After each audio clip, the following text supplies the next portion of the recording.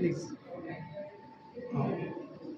So this is XRD instrument. So first I will explain you the components, and then you will go to software. So this is XRD. So the XRD instrument.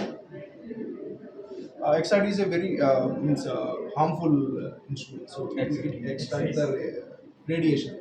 That's why we have to maintain some safety measurements before using it. So for XRD, we have a safety switch and a shutter switch.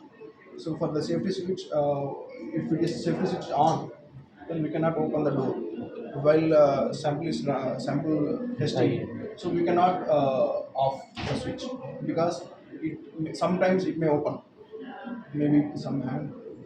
So this is a safety switch. To open the door, we have to off the safety switch.